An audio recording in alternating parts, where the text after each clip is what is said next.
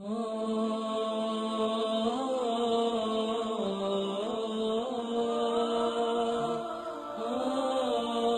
حق کا نام ہے، تیرے دل میں ہے علی، ہاں کوئی حق تو نہیں دبایا، کسی یتیم کا مال تو نہیں کھایا، کسی کے پیسے تو نہیں دینے تجھ کو؟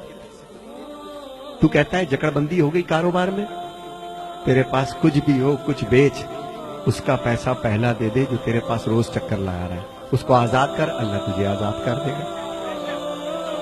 کیو ٹی وی پہ لکھا ہوا تھا جناب، ایک جملہ لکھا ہوا شکیل بخاری صاحب، لکھا تھا ایک صاحب تھے کہ باہر نکلتا ہوں، کبھی کوئی خوف میں رکھتا ہے، کبھی بل خوف میں رکھتے ہیں، کبھی ٹیکس خوف میں رکھتا ہے، کبھی فلاں چیز خوف میں رکھتی ہے، کبھی یہ چیز خوف میں رکھتی ہے، کبھی کاروبار میں بدماش چلے آتے ہیں۔ خدا کی قسم فقیر نے ایک جملہ کہا، کہنے لگا اللہ کہتا ہے جن کا تو وارث ہے اپنے گھر میں ان کو حالت خوف میں نہ رکھ، ورنہ اللہ تجھے باہر حالت خوف میں رکھے گا۔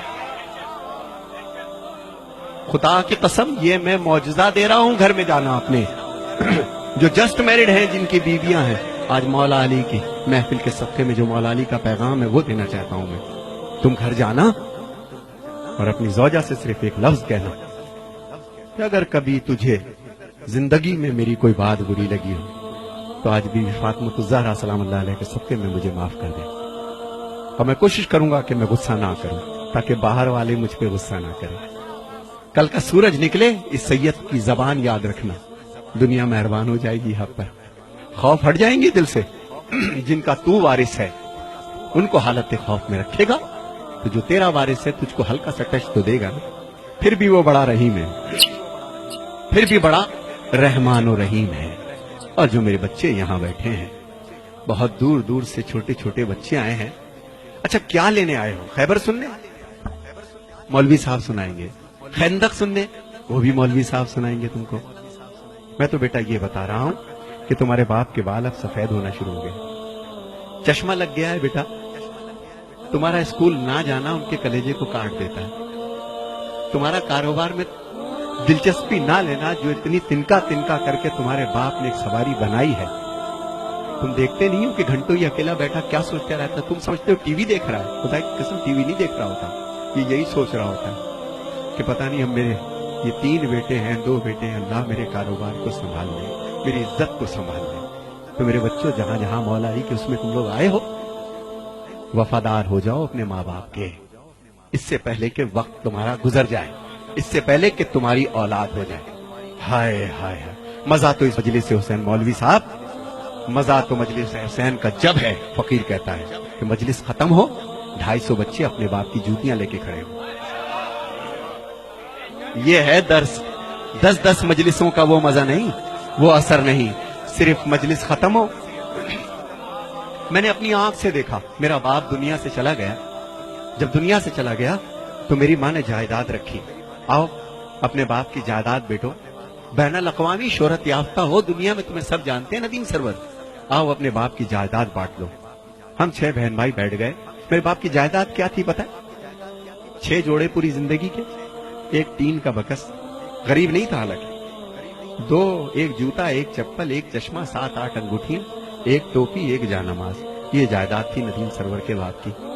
مگر اسی ندیم سرور کے باپ کو ایک دفعہ میں نے دیکھا، بتاتے کسی کو نہیں تھے کہ میں باپ ہوں ندیم سرور کا، اتنے سادہ تھے، رش میں کچل گئے، چشمہ وہ جا کے پڑا، کسی نے پیچھے سے اٹھا رہے تھے، کسی نے دھکا دیا، پیشانی زخمی ہو گئی، میں تڑپ گیا، خدا کے قسم تڑپ کے گیا ابا۔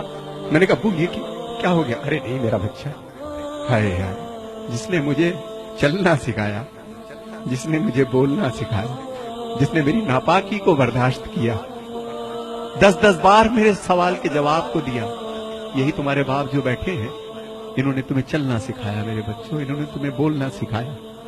ماں کے اور باپ کے اب بدن میں وہ طاقت نہیں رہی، شادی ہو گئی تمہاری، اپنے کمرے میں جانے سے پہلے کم سے کم اگر تمہارے پاس وقت ہے تو 1 گھنٹہ اپنے ماں باپ کے پاس بیٹھو، یہ تمہارا انتظار کرتے ہیں، تم کچھ بھی کر لو یہ تمہارے لیے دعا کریں گے، دعا کریں گے۔ شادی ہو گئی، تم گھر میں آئے سیدھے اپنے کمرے میں، تمہیں نئی زندگی مل گئی، مگر وہ آنکھیں، ہائے ہائے، وہ آنکھیں اوڑھتی خود تو بوسیدہ لباسوں کے کفن اور چاہتوں کے پیرہن تم کو پہناتی ہے ماں، ہائے ہائے ہائے، پہلے بچے کو کھلاتی ہے بڑے ہی شوق سے، بعد میں جو کچھ بچے وہ شوق سے کھاتی ہے ماں.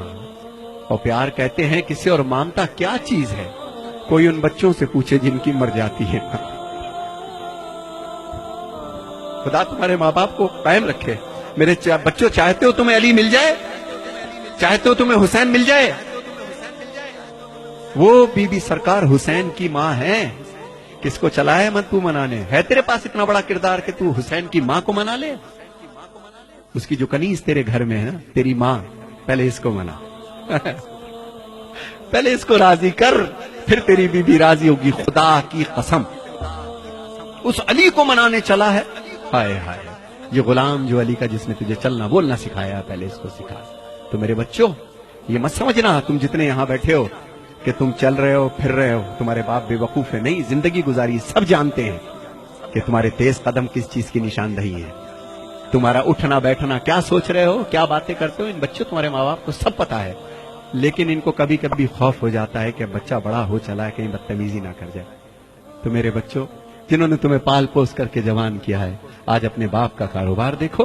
اور وہ بچیاں جو اپنے بھر کے انتظار میں ہیں، میرا بیٹا بیٹیوں جوان ہو رہی ہو، ایک بات ذہن میں یاد رکھنا کہ جو ماں باپ تمہاری زندگی کا فیصلہ کریں، وہ گویا بی بی فاطمہ الزہرا نے فیصلہ کیا تم لوگوں کا.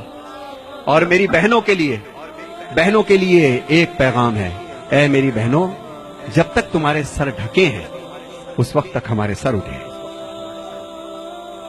میرے حسینیوں، یہی بات ہے کہ نہیں ہے؟ جب تک ہماری بہنوں کے سر ڈھکے ہیں، جب تک تمہارے کردار سلامت ہیں، جب تک تمہارے، بے شک تم کالج جاؤ، یونیورسٹی جاؤ، جو چاہے کام کرو، کردار کے ساتھ لگے کہ علی والی ہو. جب چلو تو لگے کہ کسی علی والے کی بہن ہو، کسی کی بیوی ہو، کسی کی ماں ہو، کسی کی زوجہ ہو. یہی میرا ایک پیغام ہے آج کے مولا علی کا. مولا علی کا غم کیا ہے میں اس کو بھی پیش کروں گا.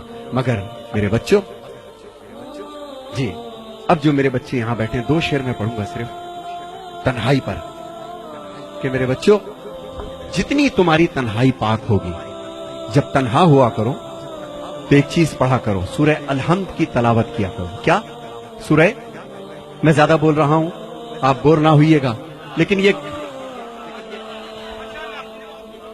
یہ میری اماں کی باتیں ہیں، یہ میری امی کی باتیں ہیں، جنہوں نے بچپن سے سکھائیں، اور میں اب بچوں تک وہ چیز میں پہنچانا چاہتا ہوں، بچوں تک پہنچنا چاہتا ہوں. تو میرے بچوں، یاد رکھنا، اب جو میں کلام پڑھ رہا ہوں، جس وقت تمہیں کوئی نہیں دیکھ رہا ہوتا، مت سمجھنا کہ تمہارے ماں باپ سمجھتے نہیں تم کو کہ تم اس وقت بھی کیا کر رہے ہو.